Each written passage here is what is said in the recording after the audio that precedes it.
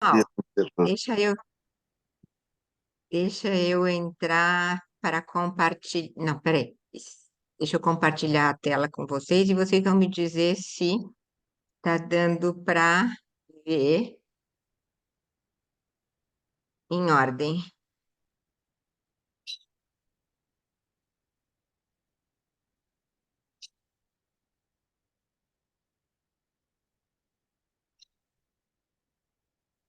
Dá para ver?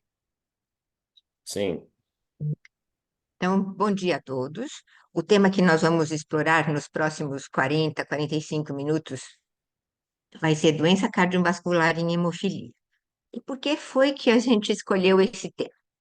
Porque lá nos primórdios do tratamento se acreditava que a hemofilia era um fator preditor para doenças vasculares, porque a alteração da coagulação seria preventiva. Foram relatados vários casos de hemofílicos jovens que fizeram quadros de infarto agudo do miocárdio, mas em situações de tratamento correspondentes a na hemofilia B, aqueles que utilizavam complexo protrombínico, porque eles tinham a deficiência do 9 e recebiam o 2, o 7 e o 10, e isso fazia com que provavelmente se tivesse uma quantidade suprafisiológica, e isso seria o fator predisponente para o infarto agudo do miocárdio. Em outras situações que também foram relatadas no passado, os pacientes portadores de inibidor, que utilizavam complexo protrombínico parcialmente ativado, sobretudo aqueles que tinham que tinham uma situação de doses aumentadas. Então, a dose preconizada, que se conhece como segura, é 200 unidades por quilo de peso em cada 24 horas.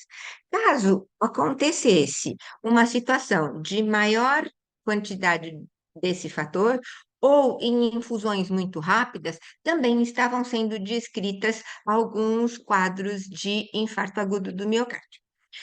Mas, nesse tempo, a expectativa de vida era muito inferior à população geral.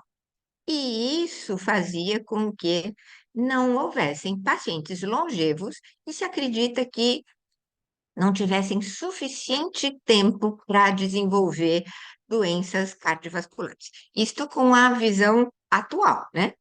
E com isso, houve, como em tudo na medicina e na hematologia, um grande avanço de qualidade dos produtos de terapia de reposição, a implantação dos centros de tratamento de hemofilia, que fazem com que especialistas façam essa esse acompanhamento, esse segmento, tudo isso deu uma sobrevida e, sobretudo, uma qualidade de vida muito diferenciada para esses pacientes.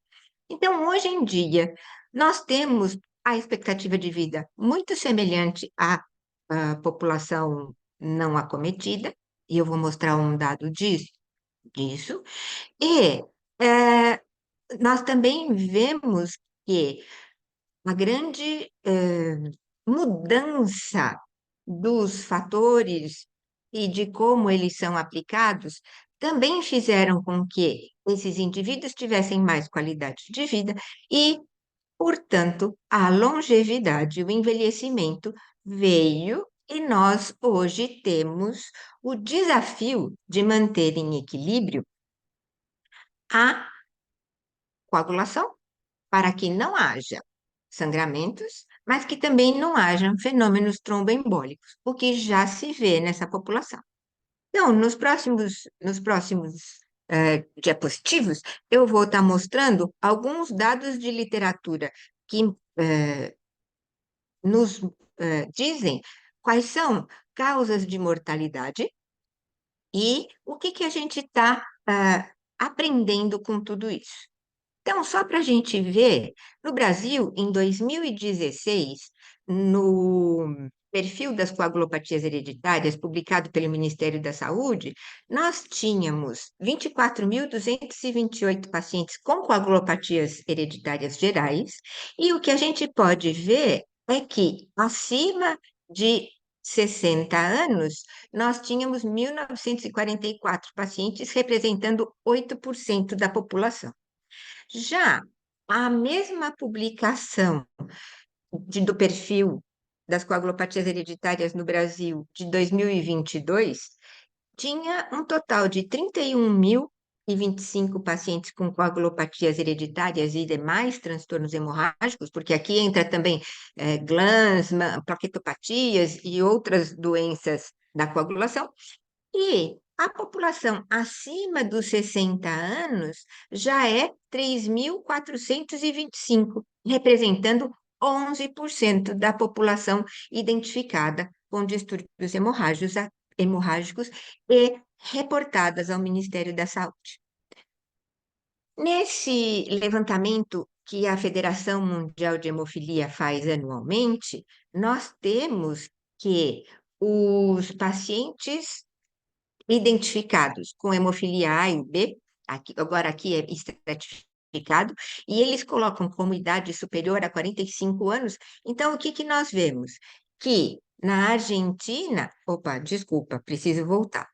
Na Argentina, nós temos 28% dos pacientes acima de 45 anos, no Brasil, 23%. Na Índia, que tem uma condição de tratamento pior, 11%, e nos Estados Unidos, 19%.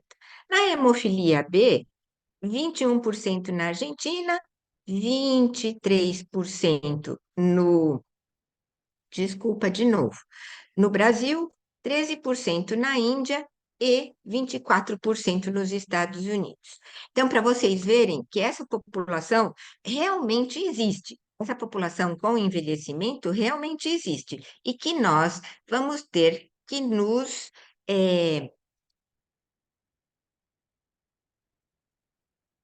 acomodar, digamos assim, para que esses indivíduos sejam adequadamente tratados. Como vocês sabem, a grande maioria dos dados de literatura, apesar de que tem muita revisão e muitas coisas que são publicadas, muitas vezes são consensos de experiências de especialistas e também eh, relatos de caso ou coisas que são específicas de um determinado serviço. E isso faz com que pela falta de estudos prospectivos, randomizados, na maior parte das vezes, a gente acabe tendo muitas situações em que nós precisamos usar a nossa, não só a experiência, mas também o bom senso para conseguir estar fazendo o tratamento adequado desses pacientes. Então, eu selecionei alguns artigos para que a gente pudesse ter ideia de de quanto nós vamos ter possibilidade de estar enfrentando o envelhecimento frente ao acompanhamento desses pacientes e entrar em contato com os desafios que isso representa. Então, esse artigo, publicado em 2019 pelo grupo da Universidade Federal de Minas Gerais, associado ao grupo de Leiden, nós vemos que eles fizeram uma estratificação a cada 2 anos e avaliaram o número de óbitos de cada um desses períodos. O que eu quero destacar, porque aqui tem muito número, são duas coisas que me pareceram importantes. O número de hemorragias e a porcentagem de pessoas que têm o óbito por hemorragia não mudou muito nesses 14 anos, né? Mas o número de doenças cardiovasculares aparentemente vem progressivamente aumentando. Então, mostrando para a gente que é um assunto que verdadeiramente precisamos estar nos atendo mais aos detalhes. Nessa publicação do grupo da Holanda, E por que que eu escolhi essa publicação em especial? Porque ela é de 2006 e esse estudo é um estudo prospectivo que mostra dados coletados entre 92 e 2001.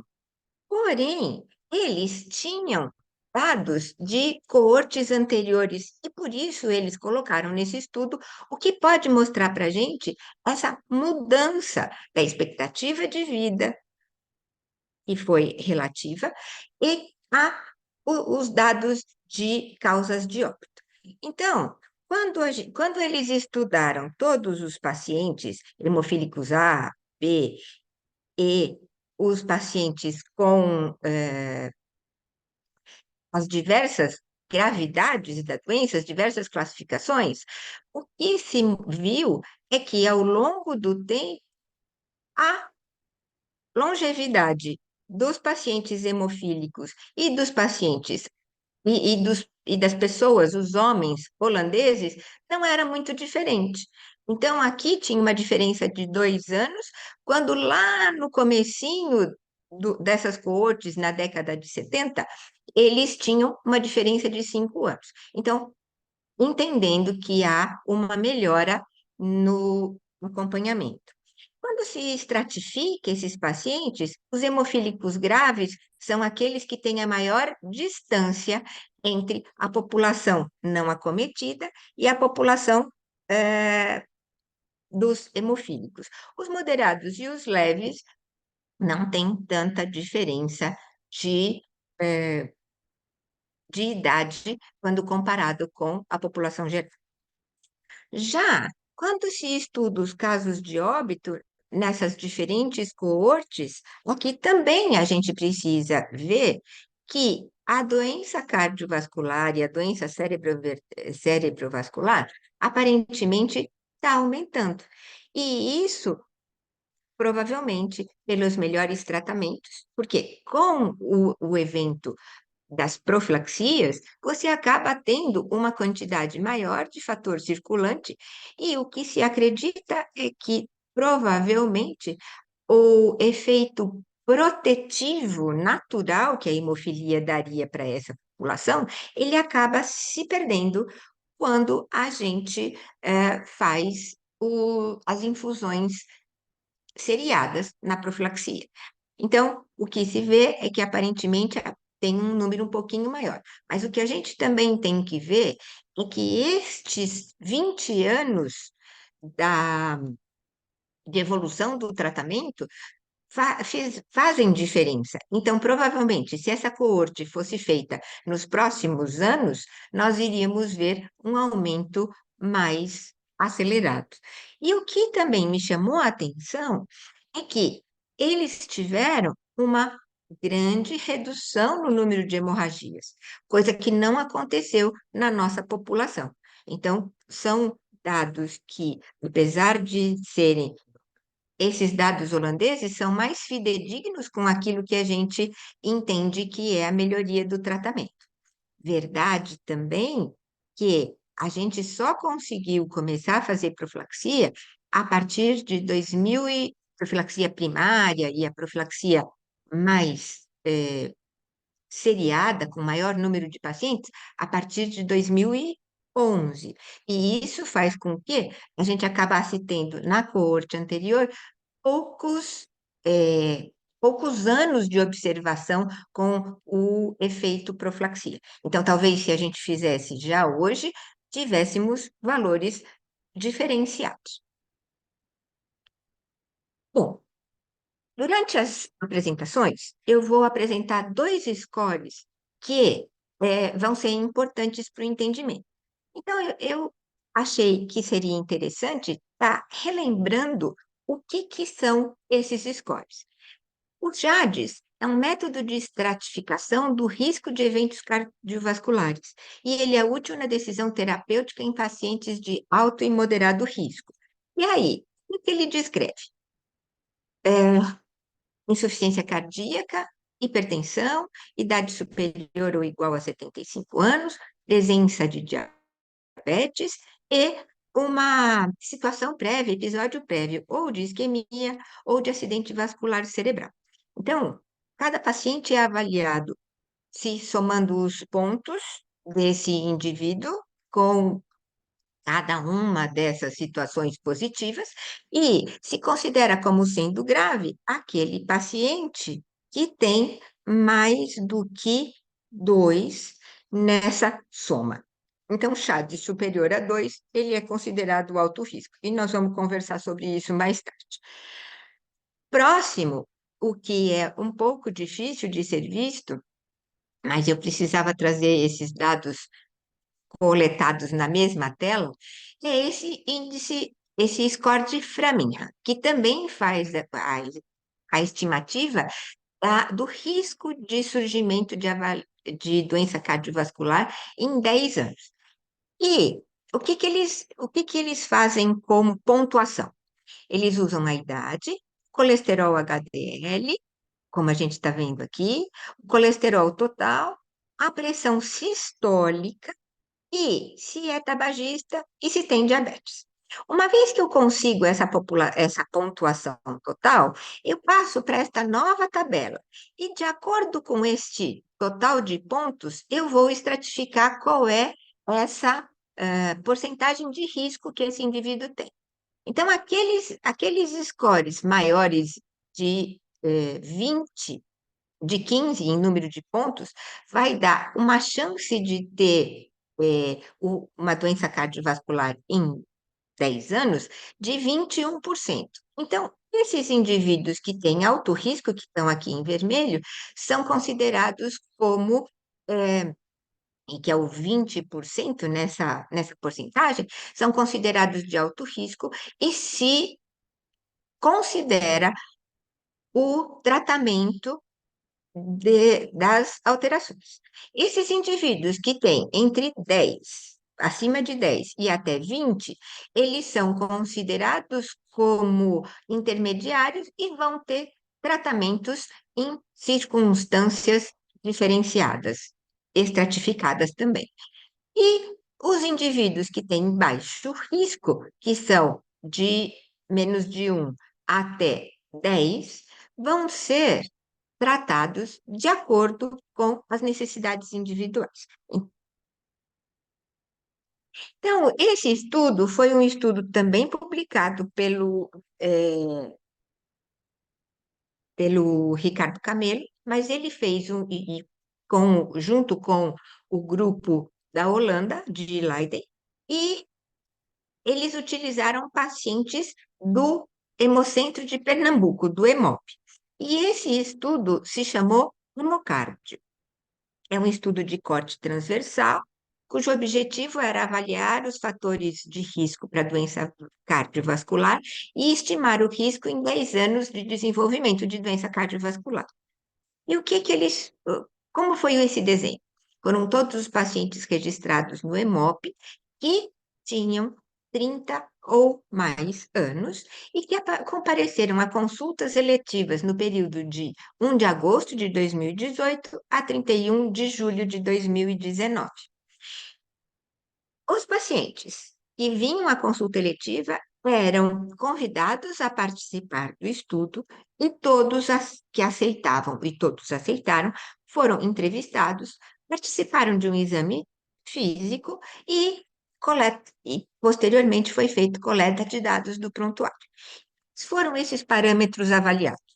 No exame físico, que era feito pelas mesmas pessoas, foi avaliado peso, altura, circunferência abdominal e a pressão arterial, sendo que essa pressão arterial ela foi medida 3 vezes, com um intervalo de pelo menos 5 minutos cada uma das tomadas, e a média é que foi considerada como sendo a, o valor da pressão arterial.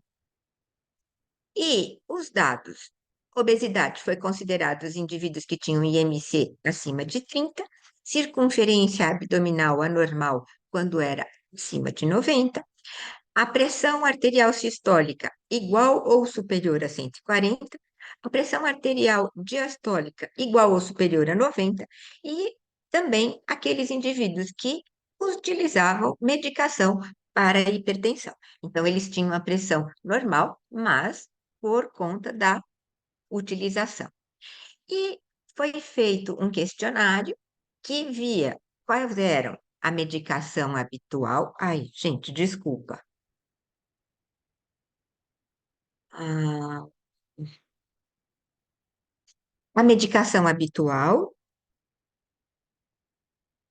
o, se era ou não tabagismo, se existia história de diálise, se existia história de doenças ateroscleróticas e se tinha testes cardiovasculares dentro do prontuário que notassem alguma alteração.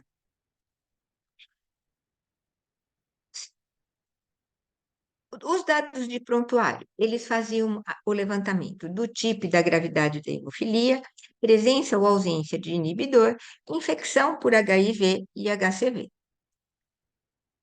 O laboratório que foi analisado também foram dados de prontuário, não foram coletados naquelas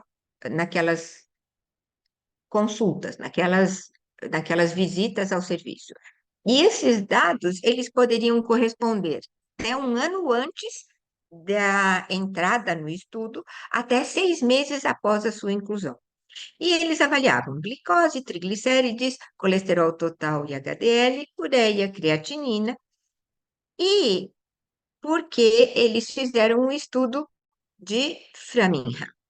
E dos 82 pacientes incluídos, que foram 82 que vieram a consultas naquele período, correspondiam a 70% dos pacientes acima de 30 anos, e 20 pacientes tiveram que ser excluídos porque não apresentavam um ou mais resultado de exame que comprometeria a análise do estudo. Dentro dos resultados para aquele score de risco de Framingham, que dava a porcentagem de risco em 10 anos de desenvolvimento de doença cardiovascular, 23% apresentavam alto risco, porque 8 apresentavam diabetes, 4 apresentavam doença arteriosclerótica, um apresentou doença renal crônica e um apresentou diabetes mellitus mais doença aterosclerótica. E 23% alto risco de desenvolver a, por esses dados, e 24 dos 62 também tinham algum risco, mas mais moderado. E aí, os dados que eles obtiveram nesse período de 2018 a 2019, eles fizeram uma comparação com outro estudo um pouco mais antigo e também mostrava a, também avaliava os indivíduos com esse score de Framingham, que foi o que eles encontraram na literatura. E o que chamou a atenção é que o estudo do americano da Califórnia tinha adultos tinha mais ou menos o mesmo número de pacientes estudados, uma idade muito semelhante também ao deste grupo, mas eles tinham uma população com alto risco muito menor do que a nossa. Então, a nossa população deu 39% contra 8% do pessoal da Califórnia. E o que eles usaram como discussão, que eu achei interessante trazer, é que existe uma alta prevalência de pacientes com alto risco de doença cardiovascular. E que, na nossa realidade, no Brasil, os pacientes com hemofilia basicamente têm acesso aos médicos do centro de tratamento da hemofilia. Raramente eles consultam outros, outros facultativos, né? Porque os homens brasileiros, segundo eles, têm uma, digamos assim, menos interesse por cuidados preventivos. Então, a sugestão é que se tenha grande atenção àqueles pacientes com hemofilia que têm idade superior a 30 anos, sobretudo os que são tabagistas e os que apresentam pressão arterial sistólica elevada. Então, o que que a gente tem visto? No próprio ambulatório, no dia a dia, a gente vê mesmo que tem pacientes que estão no início dos 30 e já tem pressão arterial mesmo. E a dificuldade é que também eles são pouco aderentes ao tratamento, à terapia, instituída. Muito bem. E aí, eu achei que era importante trazer este trabalho, que é um guia muito completo de terapia antitrombótica em pacientes com hemofilia. A questão é que eles definem que tudo isso é para pacientes hemofílicos A, hemofílicos B talvez não tenham exatamente as mesmas condições, mas, na minha opinião, as, eh, as diretrizes, as sugestões deveriam ser muito parecidas. E eles dão para a gente 6 diferentes seções. Uma que tem considerações gerais, a segunda tratando defibrilação atrial, terceira tratando de síndromes coronarianas agudas e crônicas, quarta em situações de alterações valvulares, quinta, de sessão trata de tromboembolismo venoso e a sexta, de episódios neurológicos agudos. E eu vou apresentar para vocês as sugestões, as recomendações de cada uma dessas sessões. Então, na sessão 1, que é a sessão de considerações gerais, pacientes graves, hemofílicos graves, para entrarem em qualquer terapia antitrombótica, mesmo que seja a antiagregação plaquetária, necessitam de terapia de reposição com profilaxia. E, se for a antiagregação plaquetária simples, os níveis que têm que ser mantidos são entre 1 e 5, ou seja, 2 a 10%, né?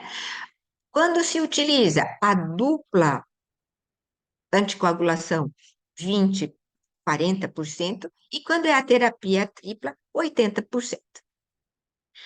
Prestar muita atenção ao risco de sangramento de trato gastrointestinal, que pode ocorrer nesses indivíduos. Então, eles sugerem que seja instituído tratamento com bomba de prótons, mesmo que sem sintomas, que seja monitorada os índices de hemoglobina para investigação de anemia e tratamento caso necessário. Quando necessário a anticoagulação, os níveis de fator precisam ser superior a 20 unidades por decilitro, 40%, e eles consideram que abaixo das 20 unidades seja naturalmente anticoagulado, um conceito que já vem lá do passado. E, se a anticoagulação for necessária, preferível utilizar DOAC, a antivitamina K, as doses habituais para a população geral. A fibrilação atrial, se eles entendem que utilizar o CHADS-2, que é aquele score que eu apresentei para vocês, é uma ferramenta mais adequada, dentre as que existem, para avaliação do risco desses pacientes.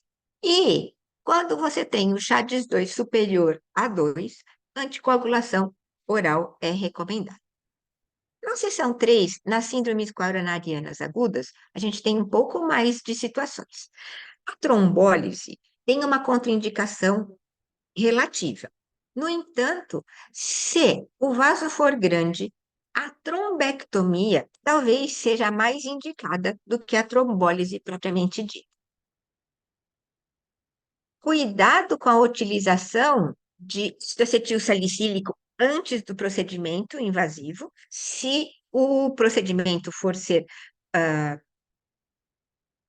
rapidamente realizado, eles indicam que não se utilize o ácido acetil salicílico e a reposição pré o procedimento, se for fazer um cateterismo, precisa ser entre 80 a 100 unidades. Se houver necessidade de utilização de estente, dar preferência ao estente farmacológico e, se for necessária a dupla antiagregação, é preferível a utilização do clopidogrel com ácido acetil salicílico aos demais antiagregantes plaquetários e pelo tempo menor possível, se possível, até um mês de tratamento.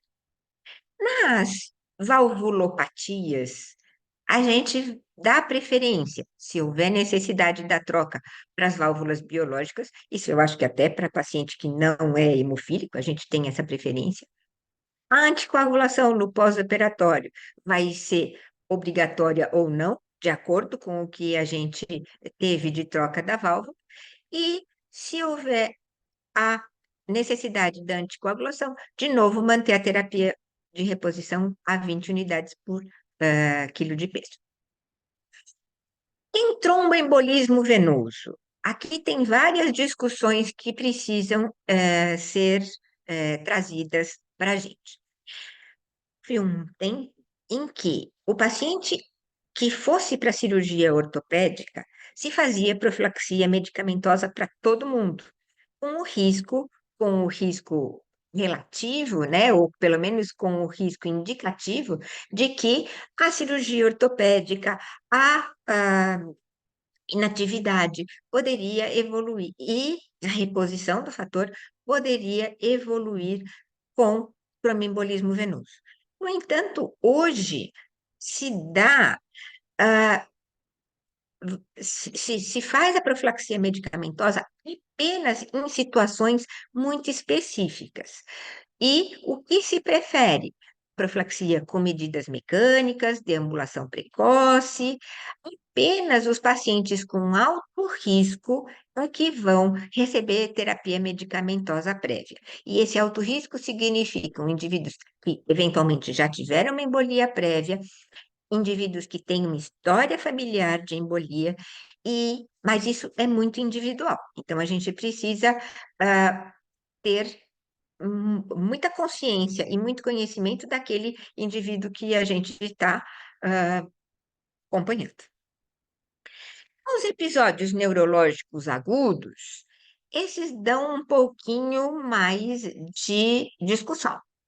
Se a gente está em frente de um paciente com uma isquemia transitória ou um AVC menor, nós vamos ter que saber qual é o índice, qual é o nível de fator que esse paciente tem circulando. Se é um paciente que tem fator menor do que 1%, nós vamos fazer profilaxia com concentrado de fator 8, se é que ele faz, e entrar com aspirina. Simples. Se você não tem condições de fazer profilaxia, não entra com nenhuma terapia. Se esse indivíduo tiver entre 1 e 5% até 20%, a antiagregação plaquetária simples é indicada. Se esse indivíduo tiver mais do que 20, mais ou igual a 20, e a gente tem estenose de largos vasos, vamos utilizar a dupla agregação plaquetária por pelo menos 3 semanas, seguida de agregação simples. E se não tiver uma estenose de grande vaso, só a antiagregação com ácido acetil salicílico. Nos casos de isquemia do AVC isquêmico agudo, também precisa ser levado em consideração. Se você tem o episódio iniciado a menos de 24 horas, considerar uma trombectomia mecânica, mas isso quem decide é o neurologista.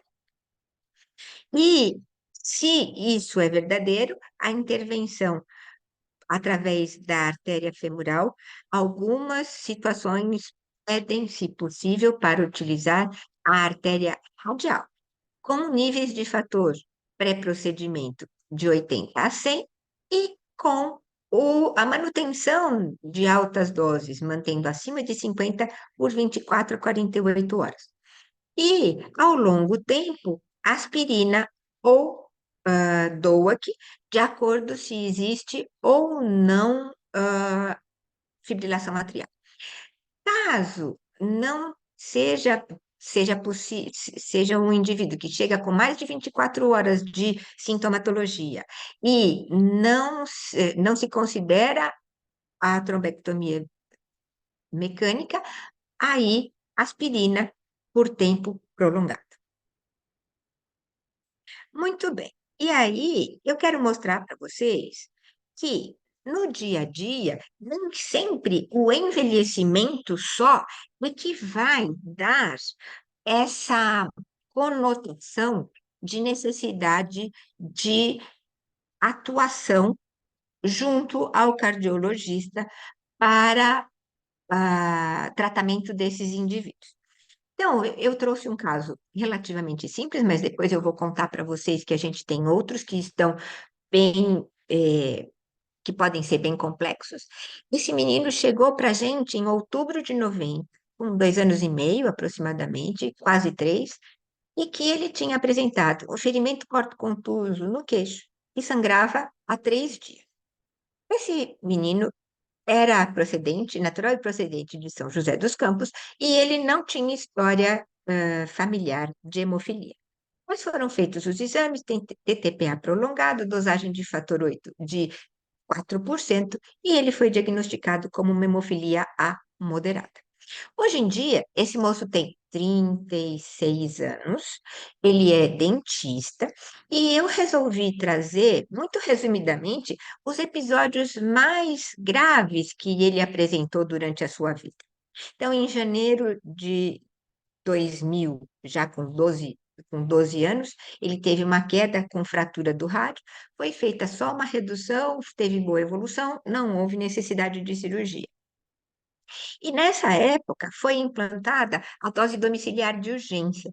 E quem que talvez não se lembre, mas tínhamos concentrado de fator em quantidades reduzidas, porém, e que não era possível a gente deixar fator na casa desses pacientes.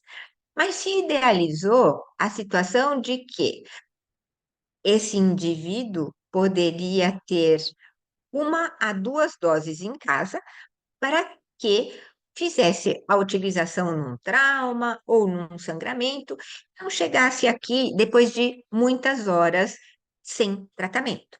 Então, a, a dose domiciliar de urgência foi instituída aí, ele passou a ter essa condição de levar para casa, até porque ele vivia a mais de 100 quilômetros daqui de São Paulo. Em outubro de 2003, ele fez um quadro de hematúria, que fez um diagnóstico de cálculo renal, mas que não teve complicação, que depois, mais para frente, acabou se repetindo. Mas ele não tem nenhuma sequela desse rim com esses casos.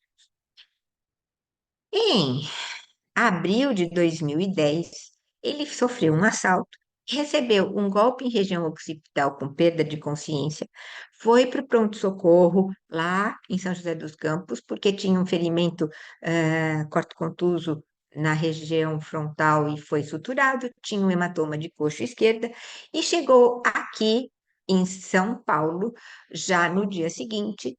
Não houve nada de maior, chegou a fazer tomografia, mas eu digo que foi barato o custo desse assalto.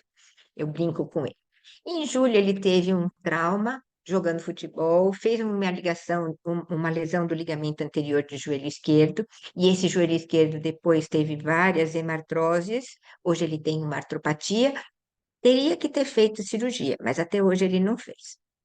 E em dezembro de 2011, ele teve um acidente de moto. Teve um hematoma de panturrilha esquerda, antebraço direito, palma da mão esquerda, hematoma de região cervical, hemartrose de joelho esquerdo. E, na época, o hematoma de panturrilha era tão grande que a gente acabou pedindo um Doppler para descartar uma TVP, mas não havia TVP. E aí, em janeiro de 2013, ele teve um novo acidente de moto, mas esse foi bem tranquilo, foi só uma queda, ele teve uma escoriação de mão, escoriação de braço, não teve nada de mais importante. Em junho de 2017, portanto, ele ia fazer 30 anos, ele tinha 29 anos, ele teve um quadro sincopal. Brincando na quadra com uma bola de basquete, ele despencou e foi fazer investigação desse quadro sincopal. E o que que os exames mostraram?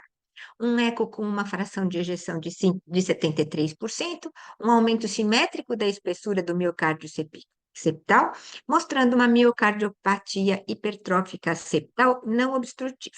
Tinha uma disfunção sistólica discreta, uma função sistólica preservada, tinha um Holter com arritmias, um teste ergométrico normal e uma ressonância magnética cardíaca que mostrava essa assimetria com predomínio não se sabe qual é a etiologia e, na época, ele iniciou o acompanhamento com o cardiologista, que fez apenas tratamento clínico e observação. Por algum motivo, em janeiro de 22, ele teve Covid-19 e a partir daí ele começou a ter muito mais sintomas, chegando a ter um quadro mesmo de perda de consciência quando foi levantar uma criança.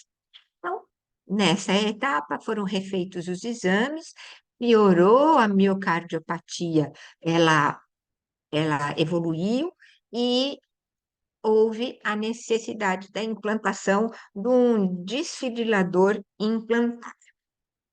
E foi feito isso no dia 1º de novembro, com terapia de reposição, por uma semana até retirada do fator, até retirada dos pontos, e no sexto pós-operatório, em 7 de novembro, ele tinha essa imagem da cicatriz da implantação do desfibrilador. E está muito bem, obrigada. Não teve mais nenhum episódio e segue a vida normal. Então, o que eu quero dizer para vocês que dentro da nossa realidade atual, que a gente pode dizer que a terapia de reposição teve uma mudança de paradigma absurda. Por quê? No passado, a gente dizia que nem aspirina a gente dava em praticamente nenhuma condição. E a gente percebia mesmo que as crianças, que as mães esqueciam que melhoral tinha ácido acetil salicílico, vinham mais manchadas do que habitualmente. E que esses pacientes têm apresentado uma complexidade cada vez maior, maior número de desafios, sobretudo porque sempre foi importante, mas agora, quanto mais o tempo passa, mais importante é a equipe multiprofissional e a interação das várias especialidades que fazem o tratamento desses indivíduos. E que, muitas vezes, nós, como sendo os indivíduos tratadores, precisamos estar em contato com profissionais, com colegas de outras especialidades, inclusive de outros serviços, e que é importante ter esse estreito relacionamento para que haja uma adequada condução das necessidades desses pacientes. E o que também é super importante, é que nós estamos numa evolução muito rápida e muito acelerada e também com uma gama de possibilidades de tratamento cada vez maior, com novos produtos, seja com meia-vida estendida ou até produtos que não são mais fator, como, por exemplo, o emicizumab. E nesse artigo de tratamento antitrombótico que eu mostrei para vocês, eles fazem, às vezes, citações específicas do emicizumab, que é esse anticorpo monoclonal biespecífico. Eu não trouxe aqui, porque eu achei que ia se estender muito, a gente ainda não tem o emicizumab em utilização em grande escala, então eu achei que não era adequado estar trazendo mais dados para vocês. E, com certeza, nós vamos, muito em breve, ter novas recomendações, tendo em vista que esses novos tratamentos e as novas observações vão nos trazer novos conhecimentos e, portanto, provavelmente mais mudanças serão, terão que ser implantadas. Então, eu agradeço a atenção de vocês e me coloco à disposição para as perguntas que se façam necessárias.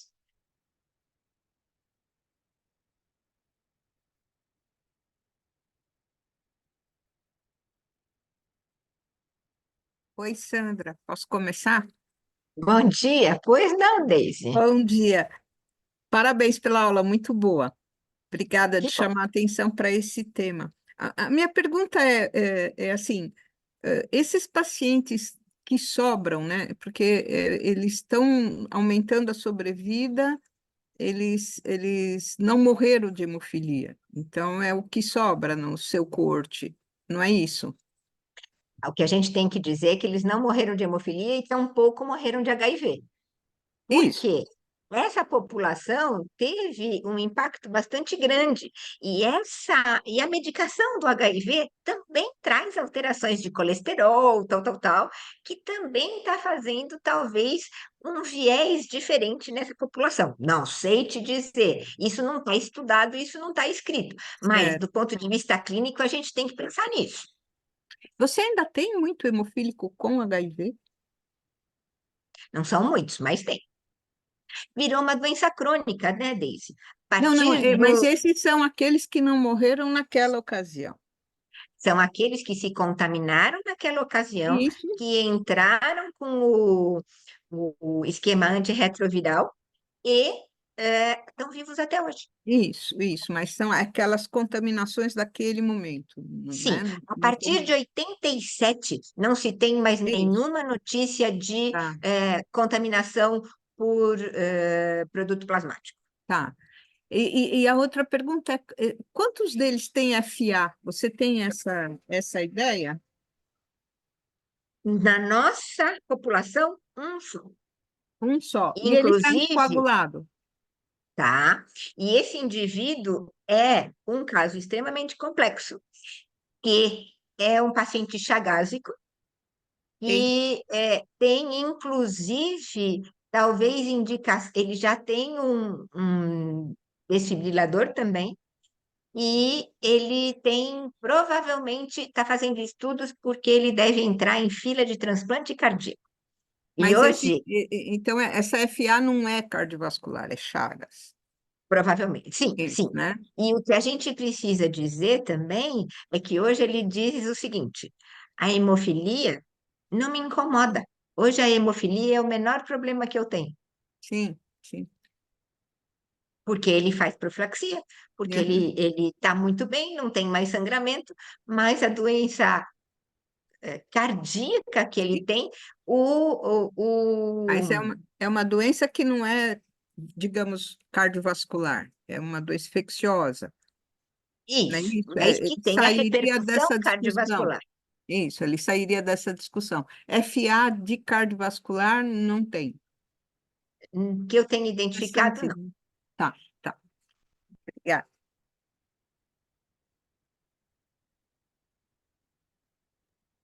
Sandra, Oi, parabéns Dante. aí pela aula, obrigado. Eu não posso deixar de falar um pouco do aspecto histórico que você chamou a atenção aqui do HIV, principalmente para os residentes, para os mais novos, como a Daisy disse, que talvez não conheçam essa história. No início da década de 80, esses pacientes que recebiam transfusão de maneira crônica, logo quando apareceram os casos de HIV, tinham a chance de 1% de se contaminarem com HIV durante uma transfusão. Ou seja, 1 em cada 100 adquiriam ou tinham o risco de adquirir HIV. E como a doutora Sandra disse, a partir do ano 85 começaram os testes para detectar HIV em banco de sangue, Isso mudou a história. E a partir de 87, então, não se tem mais relato. E isso é importante porque mostra a evolução do tratamento desses pacientes e a evolução do ponto de vista de segurança da transfusão de sangue. Hoje, a chance de alguém adquirir HIV por transfusão é da ordem de 1 para 2 milhões aproximadamente, passou a ser um risco matemático, não mais um risco efetivo. Então, isso é importante para os que não viram, os que não viveram essa época, apesar que depois disso, Sandra, houve o escândalo na França, onde liberaram plasma contaminado, sabidamente de risco de estarem contaminados, e isso levou à queda de um ministro de Estado na França que foi preso. Então, esses fatos históricos são importantes para os que não viveram e não conheceram isso. Obrigado.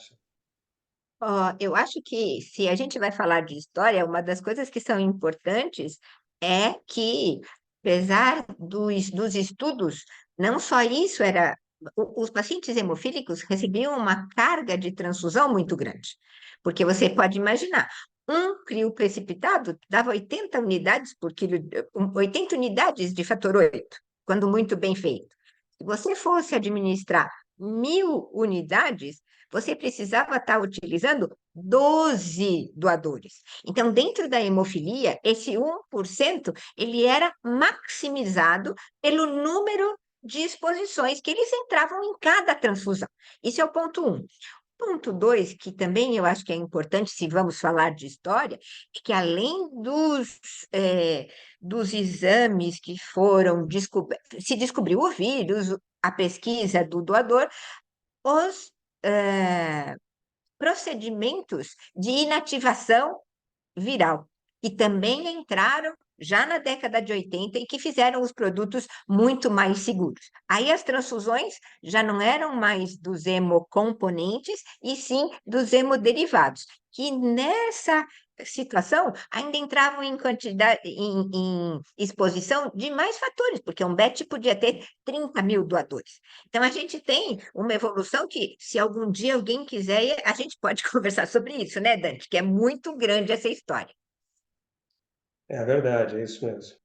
E essa história que você falou do ministro francês é que eles já sabiam que existia os métodos de inativação viral, eles já tinham os produtos com inativação viral, mas eles utilizaram os que ainda não tinham essa proteção por causa da questão econômica, que não queriam perder isso e acabaram tendo todo o escândalo.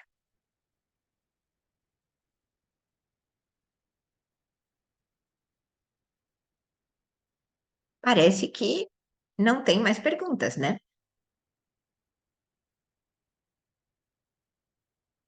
Eu acho que também é importante a gente dizer, e isso fica.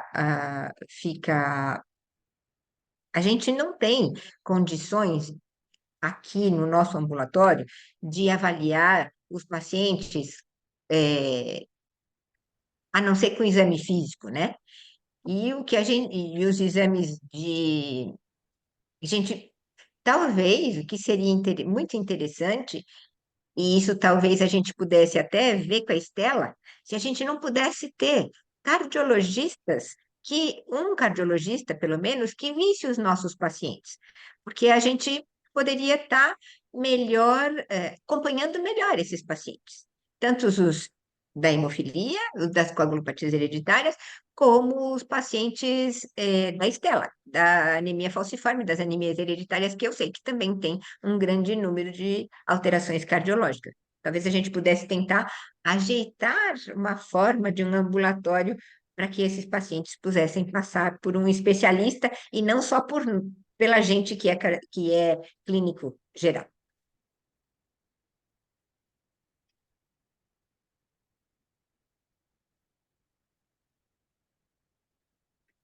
Muito bem.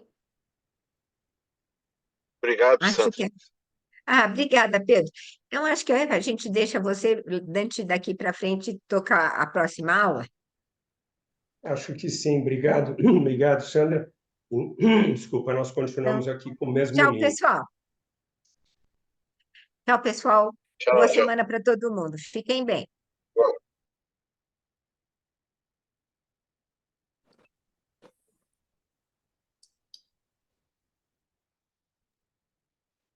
Vivian, bom dia. Acho que você pode Bom dia a compartilhar. todos, tudo bem? Vou compartilhar a tela aqui. Para quem não me conhece, eu sou Vivian, R3 de hematologia, e vou apresentar hoje. Vou compartilhar a tela aqui, só um minuto.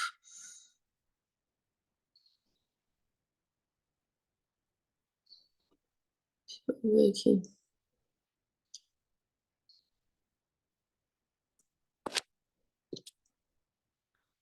Estou tentando compartilhar aqui.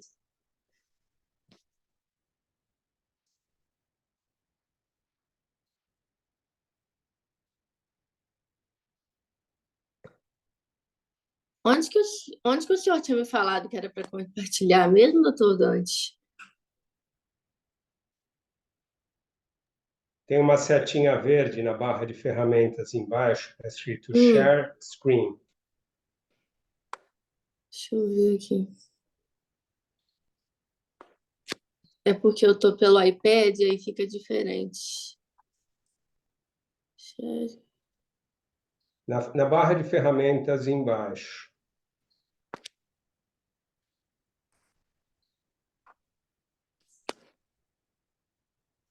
Acho que foi.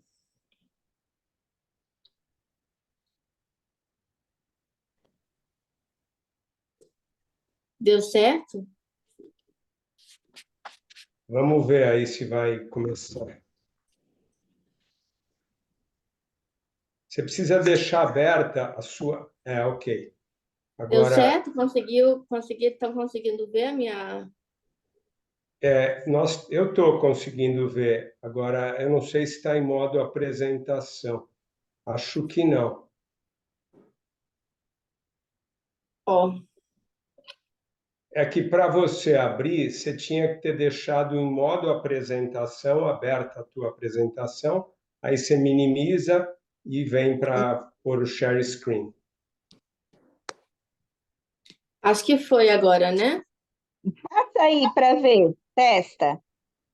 Eu estou vendo, mas não Sim, está tá, em modo tá direitinho. Tá apresentação. ok. Tá Tá direitinho. Ok, né? Ok, né? Deixa eu Vocês estão voltar aqui ouvindo no eco? início. Está tendo eco aí, tá? Pera. Porque nesse modo de apresentação não consigo voltar, entendeu? Pro início. Pronto. Só um minuto.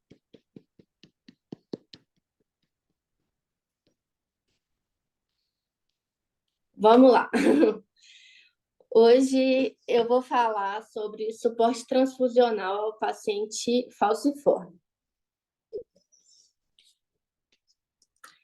Primeiramente, né, antes da gente falar sobre suporte transfusional do paciente falciforme, eu queria relembrar um pouco, né, da fisiopatologia da anemia falciforme, principalmente para os meus colegas R3, que estamos aí no início ainda aprendendo. Então, na anemia falciforme, como que é formada, né, essa hemoglobina S?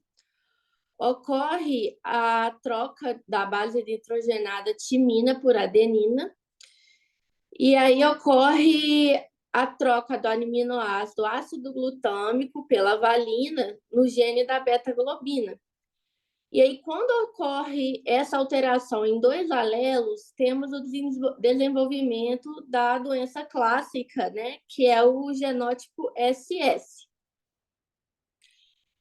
E essa hemácia falseada, né, esse drepanócito, em situações de gatilho, de estresse oxidativo, como hipóxia, acidose, até pela quantidade mesmo de HBS circulando no organismo, leva a fenômenos vaso-oclusivos, porque a hemácia em foice ela é rígida, e aí ela não consegue se deformar pelos vasos e gera ali adesão aos vasos, lesão endotelial, hemólise. Além disso, surgem os fenômenos vasoclusivos devido a essa hemácia em foice ali ocluindo os vasos, gerando danos orgânicos e um processo inflamatório crônico sistêmico. Aqui é só uma representação do que eu tinha falado da fisiopatologia, né? O DNA normal comparado com o HBS, em que ocorre a troca da base timina no DNA normal pela adenina, em que vai surgir, né, no paciente normal o ácido glutâmico, já no falciforme, gerando a valina. Então, surge, né, a hemácia em foice, que é o que a gente chama de drepanócito. E eu trouxe umas imagens também que são vistas no microscópio, que são bem características, né, dos drepanócitos, das hemácias em foice. Então, quais que são os pilares do tratamento da anemia falciforme? A nossa aula de hoje vai ser focada no manejo transfusional. Mas o principal objetivo do tratamento do paciente falciforme, no geral, é a redução da hemoglobina S, para reduzir, né, as consequências geradas por ela, como crises vasoclusivas, dentre outras patologias que eu já citei. E a gente pode reduzir a hemoglobina S tanto com o uso da hidroxiureia, tanto pelo transplante de medula óssea e também pelo regime transfusional, que é o enfoque da aula de hoje. A transfusão crônica, ela tem como objetivo diminuir o HBS, supressão da eritropoetina, levar o maior tempo de vida de hemácias saudáveis que vão ser transfundidas, né, ao paciente falciforme e, com isso, gerando aumento de oferta de oxigênio. Falando um pouquinho sobre cada um dos benefícios, né, da transfusão na anemia falciforme. Primeiramente,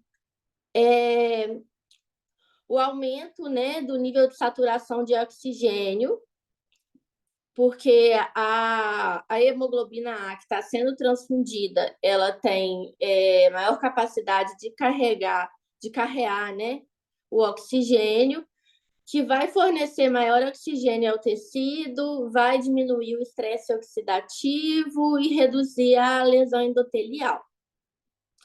A supressão da eritropoetina ocorre porque, como a gente está realizando transfusão,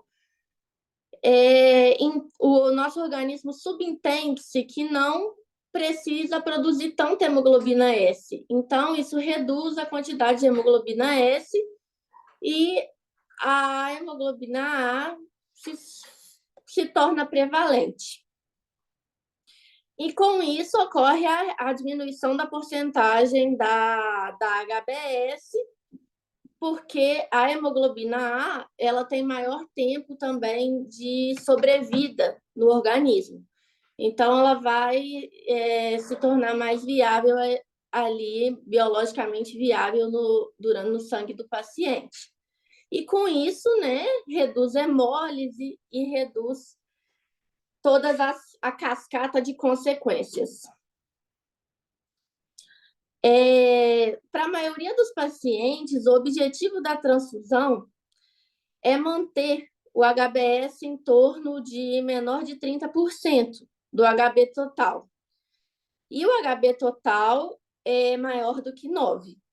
Geralmente, a gente monitora o HB total e a porcentagem de HBS em cada transfusão para determinar quando será a nova transfusão e como será essa programação aí da frequência. Agora, falando um pouco das indicações de transfusão na anemia falciforme. Temos indicações de terapia de urgência e também em profilaxias. Em relação a terapias de urgência, no AVE, no AIT na síndrome torácica aguda, na insuficiência multiorgânica aguda, anemia sintomática aguda, crise aplásica, sequestro esplênico, hepático. Já em relação à profilaxia, nós temos indicações no AVE também, nas crises vaso-oclusivas recorrentes e refratárias, na síndrome torácica aguda recorrente e no priapismo recorrente. Então, assim, os pacientes que estão tendo muitas consequências devido à hemoglobina SS, eles têm indicação de manter um regime transfusional profilático. Agora, falando um pouco do AVE, que é o que tem mais evidência na indicação de profilaxia, tanto primária quanto secundária. Diversos estudos mostraram que pacientes que estavam em regime transfusional crônico tiveram menos eventos isquêmicos do que pacientes que não estavam em regime transfusional crônico. Trouxe esses 2 estudos aí do New England, um mais antigo e um mais recente, que chegaram aí nas mesmas conclusões. Em relação à profilaxia secundária também, pacientes que já tiveram AVC e seguiram o regime transfusional crônico, eles tiveram menor risco de ter um novo evento isquêmico, né? Um novo evento vascular encefálico em relação ao placebo, que não estava recebendo o suporte transfusional crônico. Teve um estudo também que comparou o regime transfusional crônico versus hidroxiureia em 133 crianças e adolescentes que já tiveram eventos químicos prévios, e o risco dos pacientes que não estavam em regime transfusional crônico, mas que estavam em hidroxiureia, foi 10 vezes maior. Então, aí a gente vê claramente o benefício do regime transfusional crônico. Em relação também, outra indicação, né, de regime transfusional para o paciente falciforme seria o perioperatório em pacientes de baixo risco, que vai fazer um procedimento ambulatorial, com anestesia local, não tem indicação de suporte transfusional, mas isso é muito individualizado também, vai depender de como está o HB do paciente, né? Tem que ver todo o contexto clínico.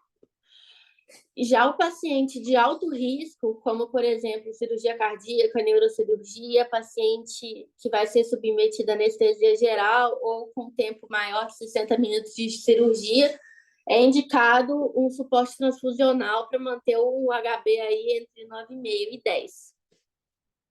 Falando um pouquinho da síndrome torácica aguda, o regime transfusional é indicado tanto no quadro agudo quanto para profilaxia secundária, se o paciente estiver tendo síndrome torácica agudas recorrentes. Aqui foi um estudo, né, que comparou o paciente que estava em regime transfusional versus, né, o placebo, o paciente que não estava. Então, no total, os pacientes que estavam em uso de suporte transfusional tiveram muito menos eventos de síndrome torácica aguda do que os pacientes que não estavam. Agora, falando um pouquinho da indicação de transfusão de regime transfusional na anemia falciforme em gestantes.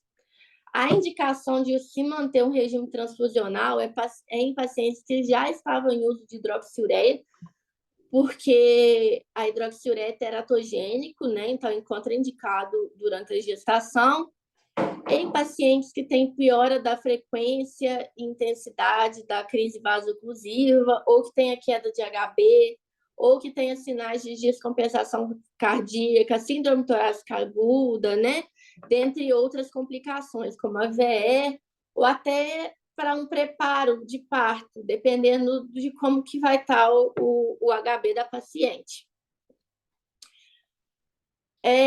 Falei, né, das indicações principais, né, e agora vou falar sobre as modalidades transfusionais. Como que podemos fazer o regime transfusional no paciente falciforme? Nós temos, primeiro, a transfusão simples. Ela pode ser realizada, né, no acesso venoso periférico. Ela requer um menor número de número de unidades de hemácia. Porém, a transfusão simples ela pode levar, né, a hiperviscosidade, uma sobrecarga circulatória, principalmente em pacientes que já têm alguma cardiopatia, e também a uma maior sobrecarga de ferro. E ela não tem capacidade de manter, de abaixar muito o HBS. O HBS na transfusão simples fica em torno aí de 70%. Já a troca manual é basicamente você pegar, retirar, fazer uma sangria, né, do paciente falciforme e colocar uma bolsa de sangue de uma pessoa sem hemoglobinopatia. A troca manual, ela requer, né, mais unidades de glóbulos vermelhos do que uma simples transfusão. Alguns locais indicam catéter central, outros não. A gente vê no nosso serviço, né, que a gente não utiliza. E os procedimentos, eles requerem maior tempo de procedimento do que a troca automatizada, que é a eritroaférese, que eu vou falar agora. Em relação à eritrocitoaférese, ela é um dispositivo de aférese mesmo, igual da plasmaférese, igual o que a gente vê na aférese do TMO, só que ela é um dispositivo que é programado para reduzir, ela é programada com precisão, né? A gente coloca a quantidade, né, o percentual alvo de HBS, o hematócrito e o equilíbrio geral de fluidos que a gente quer. E a máquina faz tudo de forma automatizada. Ela é muito eficaz para reduzir o HBS, ela é a que mais reduz, é a que consegue chegar em HBS em torno de menor que 30%, que é o alvo que a gente quer. Ela mantém a normovolemia, porque você está tirando o sangue SS do paciente falciforme e colocando o sangue, né, do doador, e já vem com as metas pré-programadas, como eu já disse, e tem um balanço neutro ou negativo para ferro. Contraindicações seria a necessidade de um catéter central, necessita de maior quantidade, né, de bolsas de sangue, o que aumenta o risco de aloimunização. Um treinamento de equipe especializada, tem que ter no serviço a máquina de aférese. E também, né, os pacientes devem ser educados, tem que ter um serviço hospitalar bem preparado, treinado para todo esse suporte com esse dispositivo. Falando um pouco da eritrocitoaférese, que eu acho que é quando eu estava estudando sobre esse tema, é o que eu fiquei mais em dúvida, porque é o que eu ainda não tinha visto, né, na residência, acredito que meus colegas R3 ainda também não. Mas a eritrocitoaférese é uma troca de hemácias automatizada por meio de uma máquina de aférese, que é a mesma da plasmaférese, e ela remove as hemácias do paciente e devolve hemácias do doador, como no caso da anemia falciforme, ou ela vai devolver solução salina ou albumina, como é indicado, por exemplo, em poliglobulías, como policitemia vera, em que a gente quer reduzir o HB. Na anemia falciforme, especificamente, é retirada HBS e fornece hemácias normais de um doador. E o mesmo plasma é devolvido ao paciente.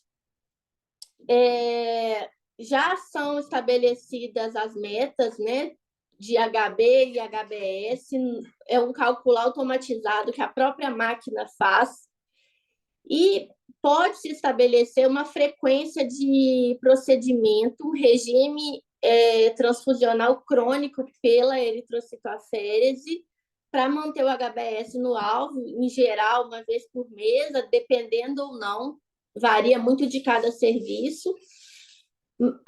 Porém, é um procedimento caro, né? Não é muito difundido, justamente pelo preço, né? E pela logística.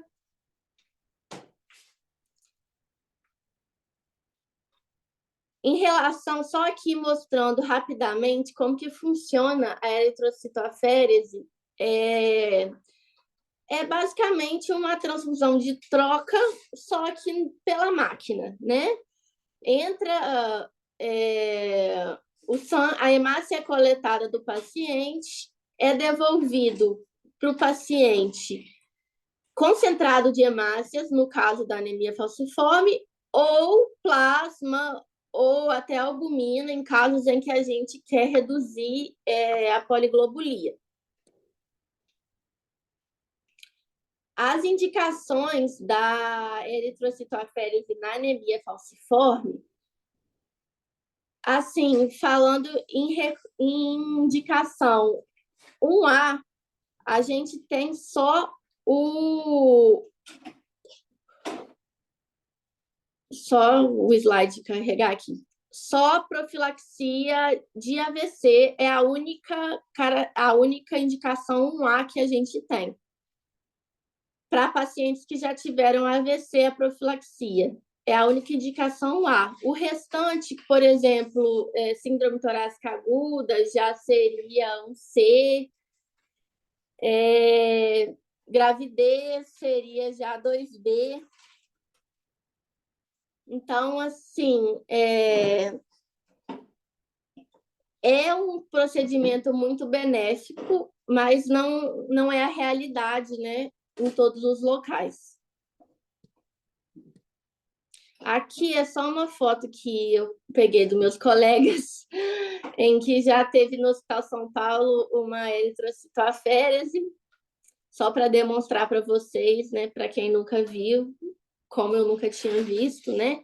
É uma máquina de aférese em que é feita a troca, né, sanguínea pelo catéter central.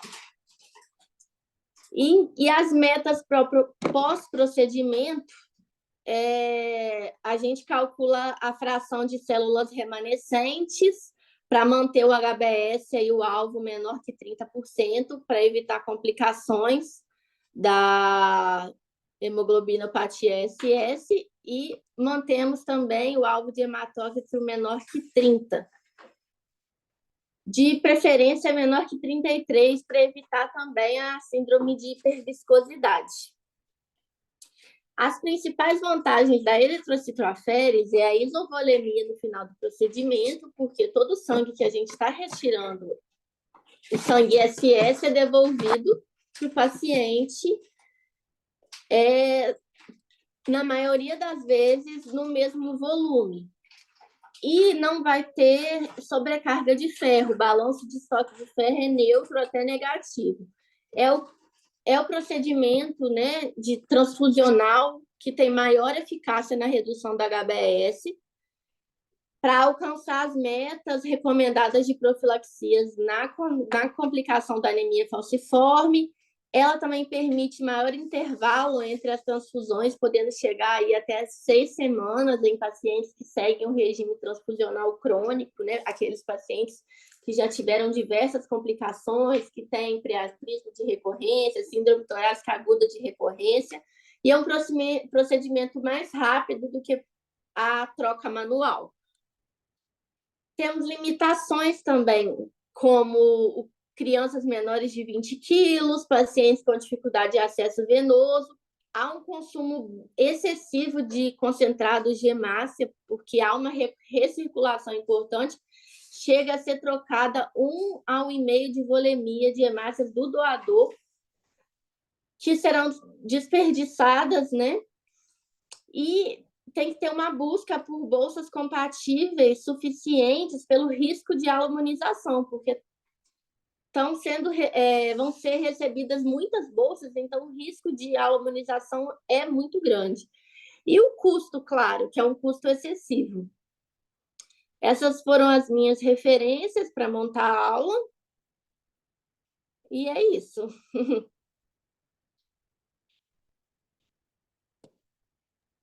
Vivian, obrigado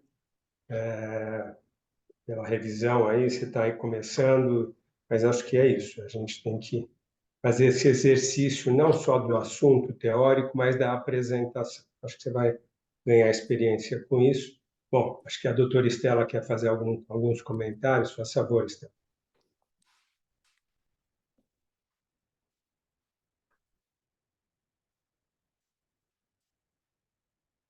Estela, você está no mudo, não sei se você está falando. Não, eu sei, não estou falando ainda. É que eu estou no celular, eu sempre me bagunço mais no celular. Não, eu queria chamar atenção primeiro para uma coisa que ela falou, indicação na fase aguda. Então, se a gente olhar bem, não tem crise vasoclusiva como indicação de transfusão, tá? E eu queria chamar essa atenção porque todo mundo, o paciente chega com crise álgica, todo mundo quer começar a transfusão. Não tem indicação de transfusão em crise álgica. Isso é uma coisa. A outra coisa, eu esperava que ela falasse também de fenotipagem e filtro, que vocês sabem que é necessário usar o filtro de leucócitos e a fenotipagem do paciente e dar hemácias fenotipadas para evitar as complicações da transfusão. O que mais?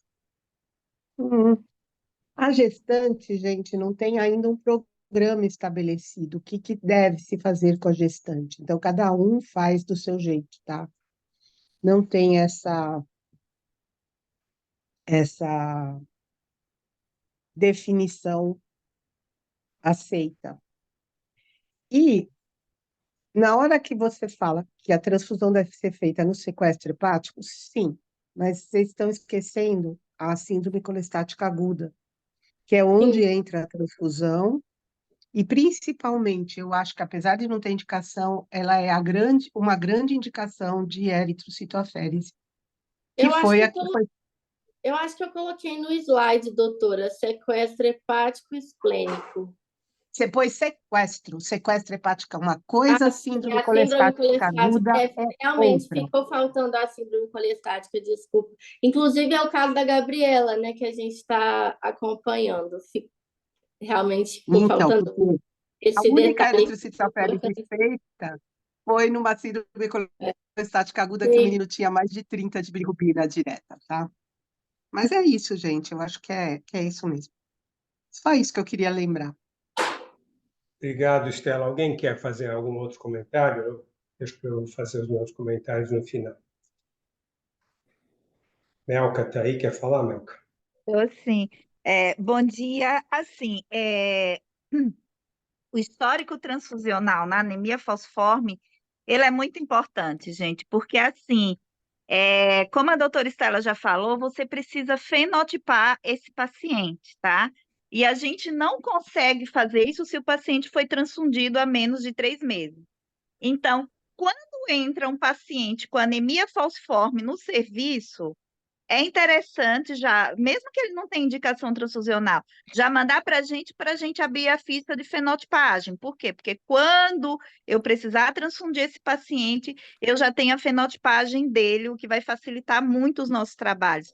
Porque quando esse paciente começa a ser transfundido, vira uma bagunça, porque ele começa a ser, principalmente esses de regime transfusional, começa a ser transfundido todo mês, e aí é difícil você fazer a fenotipagem desse paciente. Existe algumas estratégias que a gente faz para tentar fenotipar, mas nem sempre é aquela coisa 100% garantido. Uma das estratégias é o fenótipo de reticulócito, tá? A gente consegue fazer o fenótipo de reticulócito, porque aí é garantido que é do paciente e não da hemácia que ele está transfundindo, mas nem sempre dá certo. Então, às vezes, você vai fenotipar o paciente e mantém a dupla população. Em relação às complicações hepáticas, indicação de eritrocitaférese, né?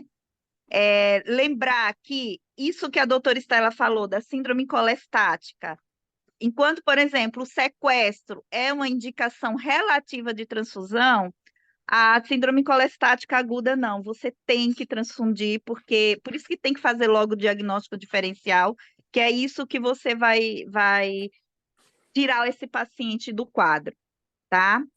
Deixa eu ver o que mais. Outra coisa. Esses pacientes, o que é que nós temos?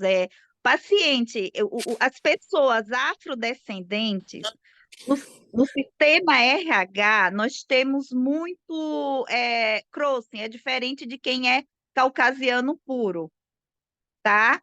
Então, quem é caucasiano puro, o sistema RH é certinho, é raro você ter mutação. Mas os afrodescendentes, não, eles têm uma mistura. O D e o C, eles são muito parecidos, só que eles correm ao contrário na genética. Então, o que que acontece? Um pedacinho do C vai para o E, um pedacinho do D vai para o C. Então, assim, é muito comum eu ter mutação no paciente com anemia falciforme e, a partir daí, eu ter sangue raro. Por isso que é tão difícil transfundir esses pacientes. Eu digo para vocês, é muito mais tranquilo transfundir um paciente com anemia hemolítica autoimune do que transfundir um paciente com anemia falciforme, porque quando o paciente com anemia falciforme faz aquele anticorpo que você só sabe que é um anticorpo contra o antígeno de alta frequência, ele fica praticamente intransfundível, né, se é que existe essa palavra, tá? Eu disse praticamente, gente, não é que ele vai ser intransfundível, tá? Mas, assim, é muito difícil você transfundir esses pacientes que têm sangue raro, tá bom? Deixa eu ver, acho que é só isso, acho que é isso, né? Obrigado, Indicação Melka. AVC é classe 1A, isso já está bem estabelecido, tanto na profilaxia primária, que é aquele que eu identifiquei pelo Doppler, que tem risco do AVC, como também na profilaxia secundária, que é aquele que já teve AVC e eu vou pôr ele em regime crônico de transfusão, tá? Hoje, o pessoal da pediatria, ele está estudando se esses pacientes que você começa a transfundir cronicamente, se você em algum momento você tira eles desse esquema transfusional. Mas isso a gente ainda não tem resposta pelos trabalhos atuais. Obrigado, Melka. Alguém quer fazer alguma outra pergunta para a Vivian? Bom, eu vou fazer rápidos comentários também, aproveitando aqui. E eu acho que aqui é importante a gente falar um pouco. Primeiro, separar como você fez as indicações e depois falar um pouco de uma situação especial no falciforme, que é o risco de aloimunização, que é diferente dos outros pacientes transfundidos, principalmente pacientes que recebem transfusões frequentes.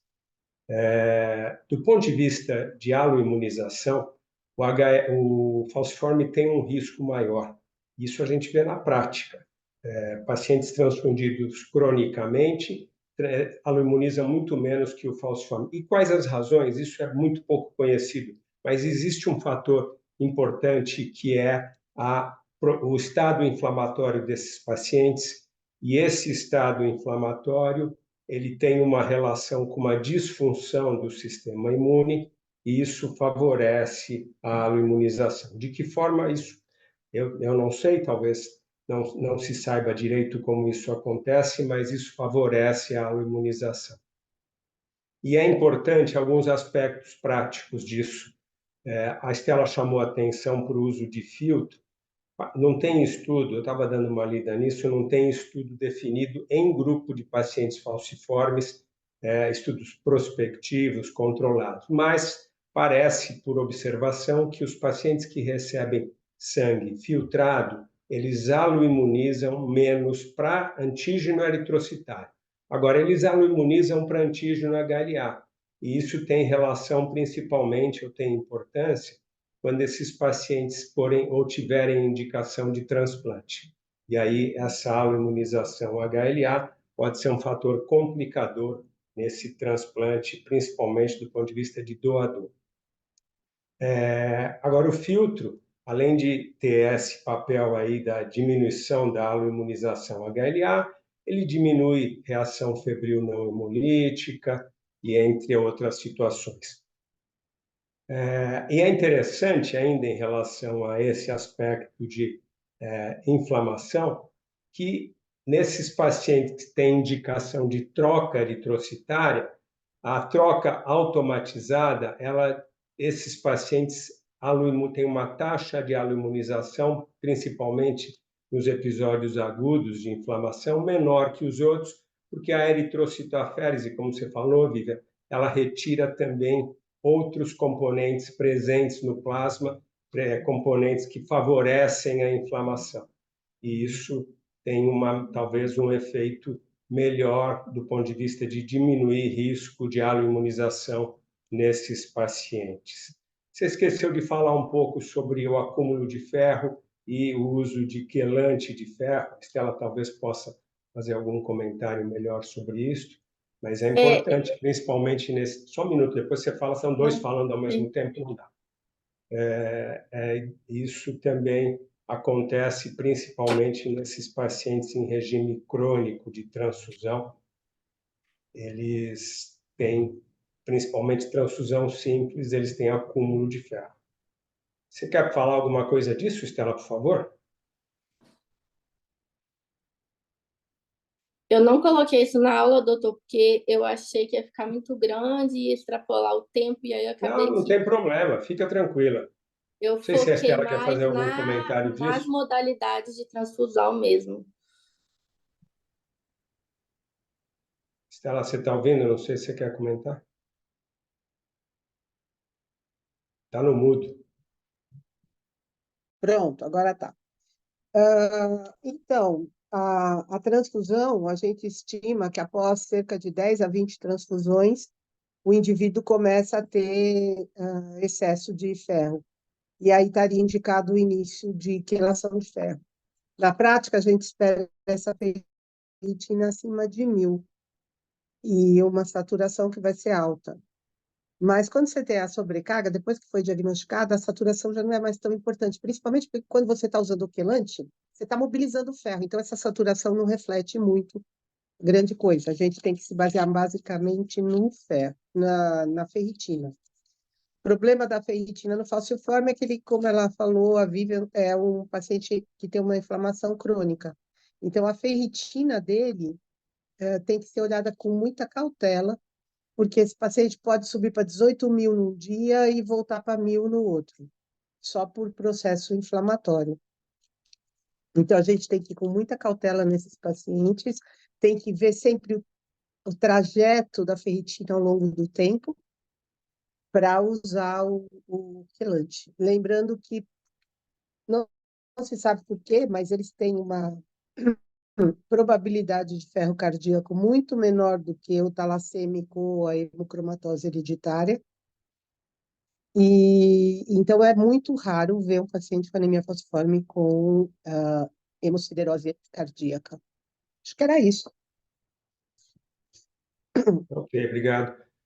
Bom, acho que é isso. Só para lembrar, a Melka sempre fala isso e é verdade. Às vezes você tem na prática paciente que está recebendo transfusão e ele tem uma prova pré-transfusional, as provas pré-transfusionais, aparece dificuldade, você tem um paciente que tem ou aparecimento de autoanticorpo ou um paciente fenotipado para RH e que você ainda tem incompatibilidade, que é o que a Melka falou, que é a questão nesses casos, você tem que pensar em fazer uma avaliação molecular, porque pode ser a imunização contra alguma mutação, principalmente em RH, como a Melka falou. Então, esse paciente, sem dúvida, do ponto de vista prático transfusional, é um paciente de maior cuidado e situações que possam parecer simplesmente um autoanticorpo, às vezes pode ser um anticorpo contra uma mutação, e isto você precisa fazer estudo molecular para identificar. É isso, eu acho que é isso. A ideia era discutir um pouco esse assunto. Então, se ninguém quiser fazer mais nenhuma pergunta ou comentário, obrigado, Vivian, obrigado, Stella, obrigado, Melka, e tenham todos um bom dia e uma boa semana.